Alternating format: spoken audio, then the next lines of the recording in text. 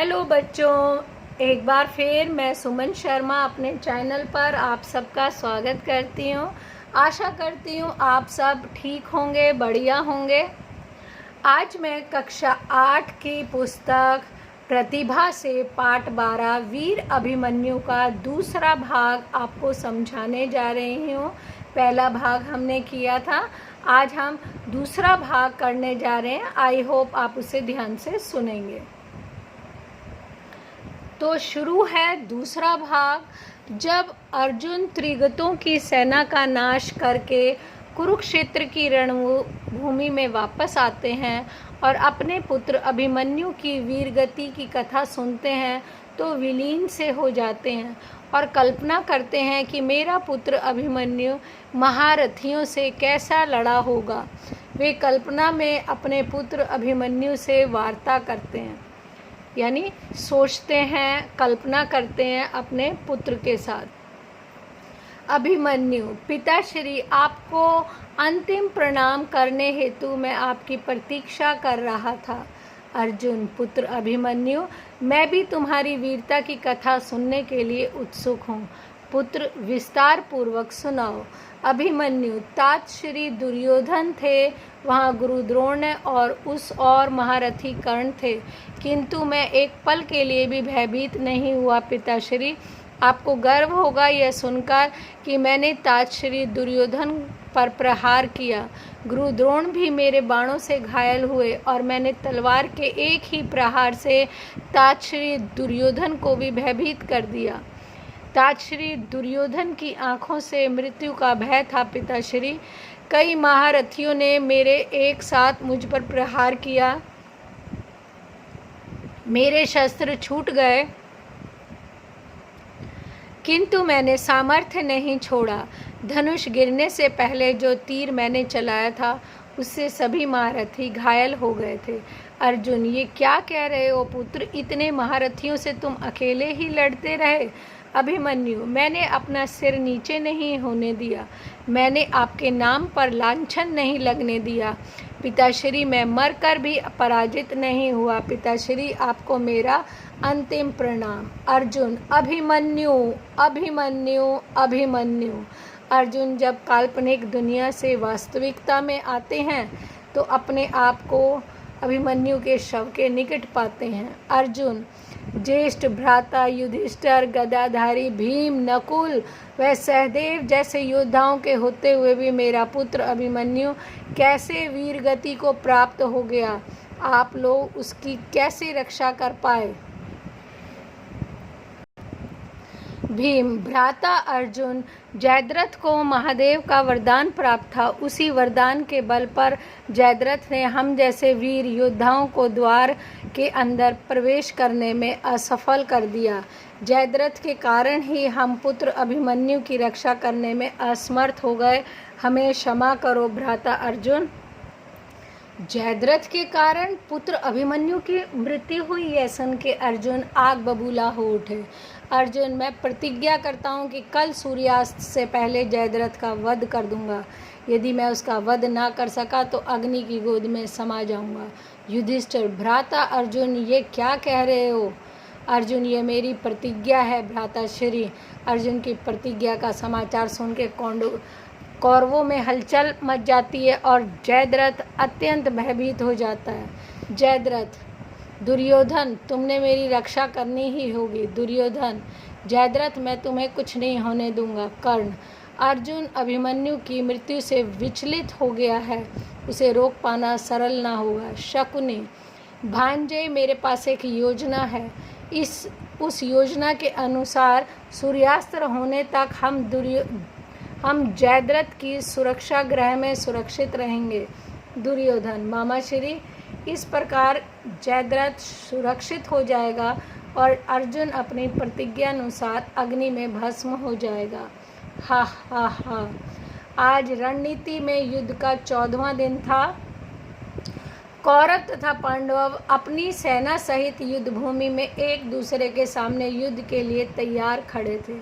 अर्जुन अपने पुत्र की पीड़ा से पीड़ित होकर आगे बढ़ते हैं। सर्वप्रथम गुरुदेव द्रोणाचार्य से सामना होता है। गुरु द्रोण, सावधान अर्जुन। अर्जुन, आज मेरे प्रतिशोध के पथ पर जो आएगा मैं भस्म कर दूंगा। गुरुदेव और अर्जुन का घमासान युद्ध होता है। अर्जुन अपने बाणों की वर्षा से चीरते हुए जयद्रथ की खोज में आगे बढ़ते हैं। कर्ण, सावधान अर्जुन, पहले मुझसे युद्ध करो। अर्जुन, आज मेरी प्रतिज्ञा के बीच कोई नहीं आ सकता। अंगराज कर्ण, अश्वत्थामा, युद्ध करो अर्जुन, युद्ध। अर्जुन, युद्ध तो योद्धाओं से किया जाता है, अपराधियों को तो सिर्फ दंड दिया जाता है। इस तरह अर्जुन कौरवों के योद्धाओं से घमासान युद्ध करते हुए जयद्रथ की तलाश करते हैं, लेकिन उसका कुछ पता नहीं चलता। अर्जुन, सावधान दुर्योधन, कायरों की भांति जयद्रथ को कहाँ छिपा रखा है। दुर्योधन, अर्जुन, सूर्यास्त होने में कुछ ही क्षण शेष हैं और तुम मेरे बहनोई जयद्रथ तक नहीं पहुँच सकते। अर्जुन, आज तुम सिंधुराज का वध नहीं कर पाओगे क्योंकि वे हमारी सुरक्षा में हैं। उधर सुरक्षा गृह में कैद जयद्रथ सूर्यास्त्र का बेसब्री से इंतजार करता है। जयद्रथ मन में सोचता है, बस कुछ ही क्षण में सूर्यास्त्र हो जाएगा। सैनिकों, जैसे ही सूर्यास्त्र होगा वैसे ही मुझे सूचित करना। सूर्यास्त के पश्चात हम रणनीति की ओर प्रस्थान करेंगे। सैनिक, जो आज्ञा महाराज। अर्जुन रणनीति में सभी महायोद्धाओं के साथ घमासान युद्ध करते हैं तथा सूर्यास्त से पूर्व जयद्रथ का वध करने हेतु अथक प्रयास करते हैं, किंतु जयद्रथ का कुछ पता नहीं चलता। दुशासन, आज गांडीवधारी अर्जुन लाचार सा प्रतीत हो रहा है। हा हा हा हा हा हा हा। कृष्ण शांत भाव से कौरवों के कटु वचन सुनते रहते हैं तथा कुछ क्षणों के लिए अपने सुदर्शन चक्र से सूर्य को ढक देते हैं। सब और अंधेरा सा छा जाता है। रणभूमि में उपस्थित सभी योद्धा ये सोचते हैं कि सूर्यास्त्र हो गया, क्योंकि कृष्ण ने यह कार्य गुप्त रूप से किया था। दुर्योधन, अर्जुन, सूर्यास्त्र हो गया, तुम पराजित हो गए। आज तुम्हारे सारथी सहदेव भी तुम्हारी रक्षा नहीं कर पाए। अपनी प्रतिज्ञा पूरी करो अर्जुन। अर्जुन प्रतिज्ञानुसार अपने प्राण त्यागने के लिए रथ से उतरते हैं। यह देखकर पांडव अत्यंत व्याकुल हो जाते हैं। उधर जयद्रथ को सूर्यास्त की सूचना मिलती है। सैनिक, सिंधुराज की जय हो, सूर्यास्त्र हो गया। यह सुनकर जयद्रथ सुरक्षा गृह से बाहर निकल के रणभूमि की ओर प्रस्थान करता है। जयद्रथ रणभूमि में उपस्थित होते हुए, अर्जुन, सूर्यास्त्र हो गया और तुम मेरा वध नहीं कर पाए। आज मेरी नहीं बल्कि तुम्हारी चिता जलेगी। मामा श्री, अपनी योजना सफल हुई। जयद्रथ को रणभूमि में उपस्थित देखकर वासुदेव कृष्ण अपने चक्र को सूर्य से हटा लेते हैं और साय का वातावरण दिन में परिवर्तित हो जाता है। यह दृश्य देखकर सब विस्मित हो जाते हैं, हैरान हो जाते हैं। दुर्योधन, मामा श्री, यह वातावरण कैसे परिवर्तित हो गया? शकुनी, मेरे बच्चे, मुझे कुछ अनुचित संकेत का आभास हो रहा है। कहीं ये वासुदेव का कोई षड्यंत्र तो नहीं? श्री कृष्ण, मैं सूर्यास्त नहीं कर सकता, लेकिन सूर्यास्त का वातावरण तो निर्मम कर सकता हूँ। दुर्योधन, चारों तरफ वासुदेव का गान ध्वनि शंख बजने लगता है। श्री कृष्ण, पार्थ, अपना गांडीव उठाओ और अपना प्रण पूरा करो। अर्जुन अपना गांडीव उठाते हैं। जयद्रथ, अब तुम्हें मेरे गांडीव से कोई नहीं बचा सकता। तुम्हारे जीवन का अंत मेरे ही हाथों होगा। जयद्रथ भयभीत स्वर में, नहीं, मेरे पिता ने मुझे वरदान दिया है कि तुम्हारे कारण मेरा मस्तक भूमि पर गिरा तो तुम भस्म हो जाओगे। अर्जुन, चिंता मत करो जयद्रथ, तुम्हारा जीवन तुम्हारे पिता का आशीर्वाद है, तो मृत्यु के समय भी तुम्हारे पिता का आशीर्वाद प्राप्त होना चाहिए।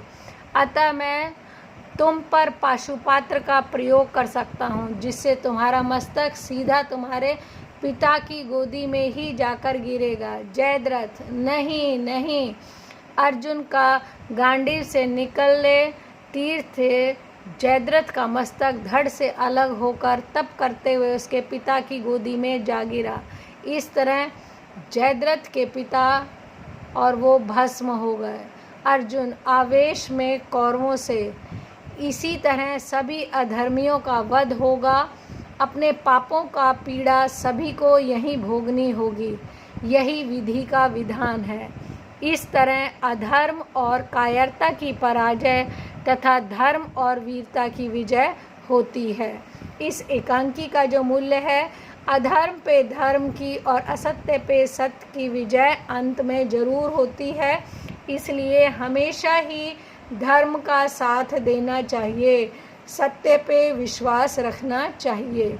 आई होप ये एकांकी आपको अच्छे से समझ में आया होगा। एक बार फिर से जब आप ध्यान से इसे पढ़ेंगे तो आपको और अच्छे से समझ में आएगा।